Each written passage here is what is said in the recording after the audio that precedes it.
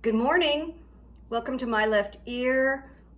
It's June 22nd. I had to look for a minute. I forgot. It's Tuesday, and this is video 44. I am Carrie Freeman, the writer, producer, director of My Left Ear. I like to say that sometimes. It is a left-leaning political YouTube channel. So if you are a MAGA, you will not like me. You will not like the channel. Just warning you. And it's called My Left Ear because, as many of you know, I get psychic information through my left ear, and I also utilize the runes to support all of that. I am a change agent. I help people change. When I'm not here, I am working with people one-on-one, and I'm writing.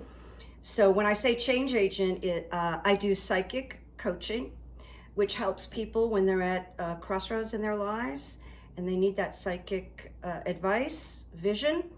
Really good at that. And I've been doing therapeutic hypnosis for about 20 years or so.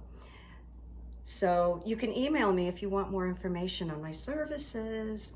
Now, someone really nice wrote me and told me how not to blow up my print, and I haven't addressed it yet, so I apologize. It just blew up, but I want to thank you for doing that, and I am going to address it, and I am on a Macintosh. Okay, here we go. Deep breath. Mercury goes direct today, but we're still in a shadow period. And what's interesting about Mercury going direct today is that there was a little breakthrough in the Senate where this morning Joe Manchin agreed to vote yes. He agreed. So now what is going to happen is the debates on the floor will begin. That's what was not going to happen, and the GOP was just going to vote and not have to defend themselves or say anything. Well, no. Now they're going to have to talk. So that's great. There was so much there was so much pressure put on Joe Manchin, and I think he met with President Biden twice. I don't know what's going on with cinema yet. I'll talk about that in a minute. Anyway, this is really good news this morning. My left ear had this sort of insight that I want to share with you.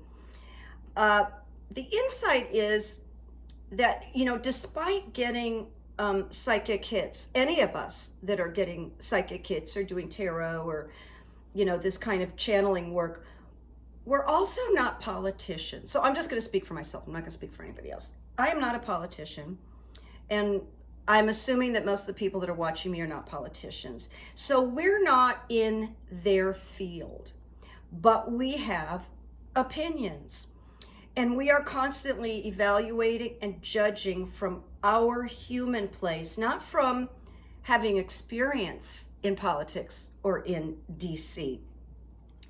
So there's a lot going on that we just don't know about, that we can't know about. The drums are beating and we can't hear them, and we don't know what people are talking about. So there could be layers and layers of strategies going on that we can't even guess because we don't know that world. And that's why I say Washington, D.C. is a subculture. And I think we need to keep that in mind. I looked over my runes readings, and I want to remind you, you will not remember this, but my runes told me that the Democrats were going to win 2 to 3 seats in the Senate in 2022. Now, today it doesn't seem, hopeful or likely, but this is what I keep getting over and over without doubt. So there you go. Now, here's another My Left Ear that came to me. We think, stay with me here, we think that there are small cells of people, little cells of people all over Washington, D.C., waiting for Trump to fail, waiting for him to fold and drop, because they're secretly planning to run in 2024. So even though we all see, this genuflecting to Trump, who is failing mentally and physically, while they're doing that, they're also having little secret meetings. So there's lots of prep going on, and it will become more evident. Secret cells, keep that in mind. Now, when 45, the former guy, deteriorates more, because it's happening now and it's happening kind of quickly, as far as I can see, as far as Tom Joseph can see, he's decompensating. It's going to throw the GOP, it's going to throw the base into a real spanner. And I don't think they're making really great plans for this. So those supercell GOP people that I was talking about, they're going to start cannibalizing each other even more in a power grab. Watch, it will be ugly.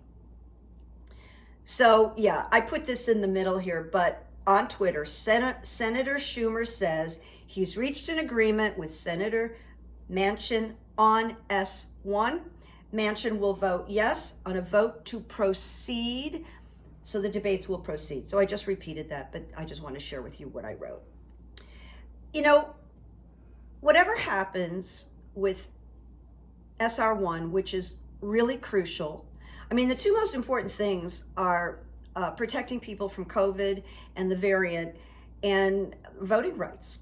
And most importantly, getting rid of the legislatures that can nullify the outcome. But what I want to say is, don't get discouraged. I looked up quotes. And before I found these quotes, I wrote, whatever happens, it's not permanent. Then I looked up quotes. Winston Churchill said, success is never final and failure is never fatal. It's courage that counts. So we just have to move forward with this tremendous determination. Just rock solid, steely, no, this is not going to happen. So there we go. And some of these things are going to go to the Supreme Court. I don't see, if this aggression continues, I don't see how it can be any other way. Well, I wrote something yesterday that's not true this morning, so I'm passing it up here. Now, the DOJ, you probably know, they've got a whole new staff that are devoted to voting rights. But it's wonderful. Oh my God, it's wonderful. But the DOJ is limited. I mean, they can't, they'll help block some things, but they can't solve it. It's the Senate. It's voting.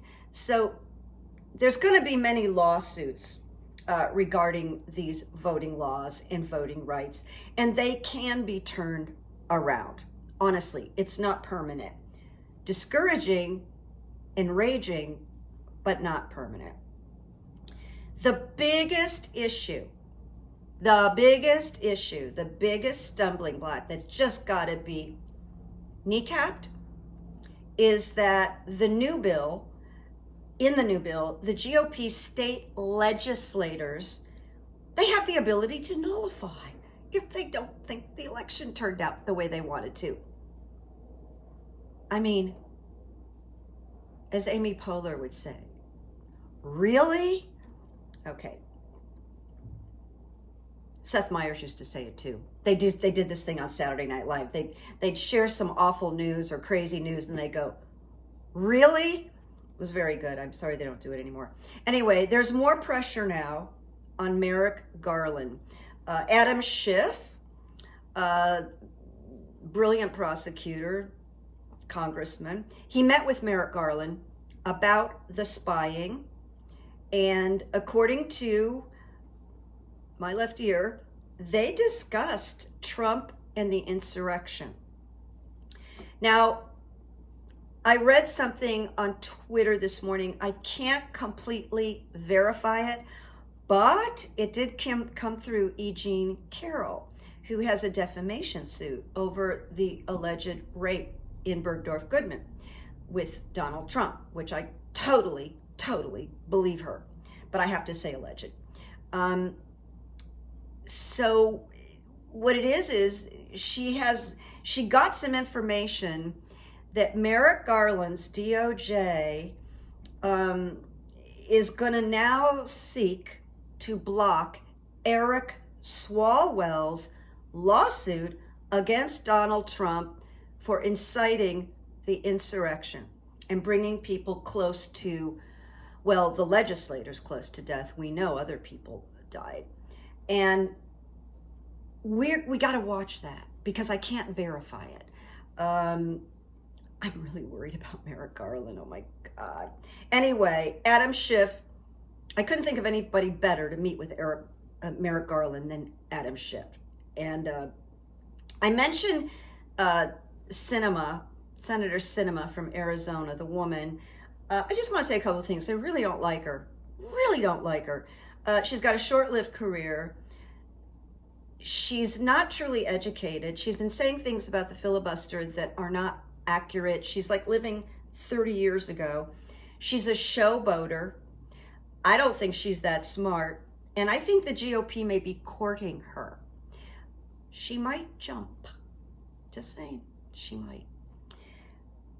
So our press secretary, who I think is quite brilliant, Jen Ptak, she said yesterday about today, and this was before Senator Manchin changed his mind to a yes. She said yesterday afternoon, we're not expecting 10 votes to magically appear. This has been a 60-year fight to make voting more accessible. The president's fight doesn't stop tomorrow. This is the fight of his presidency. It was very wonderful to hear her speak like that and say that. So this is the fight of his presidency, and it ain't over. And that, I don't like to say that thing. It ain't over till the blah blah sings. I don't know why I don't like to say that. But anyway, it ain't over.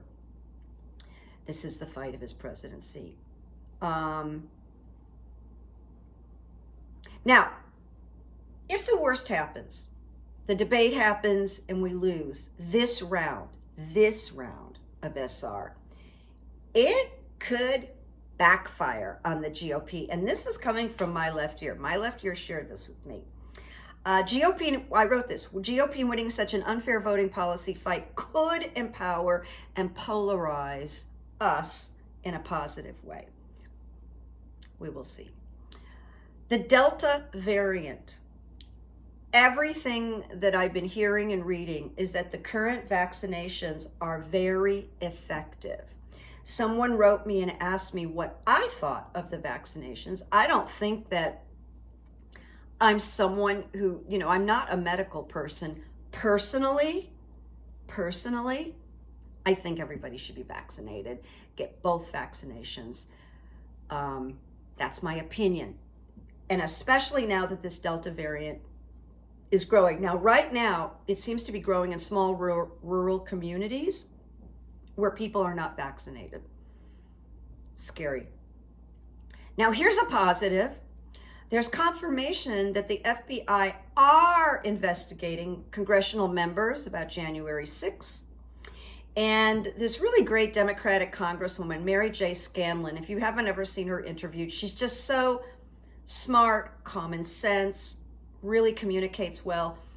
I heard her interviewed, and she said on January 5th, the day before the insurrection, she saw MAGA people getting a tour through the Capitol. And she said there had not been tours since March 2020. Now, as of also something that broke today, and I didn't have time to research it, but it'll come out big time, is that they found millions of dollars in campaign finance money that went towards preparing the insurrection, which is more proof of the planning. We'll hear more about that. All right, this is a little bit of a drive-by. It's shorter than the usual 25 minutes. I think sometimes the 25 minutes can go on a little bit too long, so I might do a few more and make them shorter. This is what I'm going to try to pull off. And this quote this morning is twofold. The Texas governor, Abbott, who is a nightmare, I think he's very sadistic. He voted against a proposal to make illegal chaining dogs, torturing dogs. He voted against it. Let that sink in. Okay, so he's kind of like the former guy, doesn't like animals, doesn't like women. He's really a bad character. So this morning, the quote is a tribute to beautiful Champ Biden, who passed away this weekend. And here's the quote. If there are no dogs in heaven, then when I die, I want to go where they went. And that quote is by famous Will Rogers. It's really beautiful. If there are no dogs in heaven, then when I die, I want to go where they went. It's really sweet. RIP, Champ Biden. So there you go. A little drive-by, a little update, and you have a good day, okay? Look for good evidence, be kind on the street, make peace, make memories. And if you haven't gotten vaccinated, I think you should seriously consider it. Okay, here we go with the bye-bye. Bye-bye. Bye-bye. Have a good day.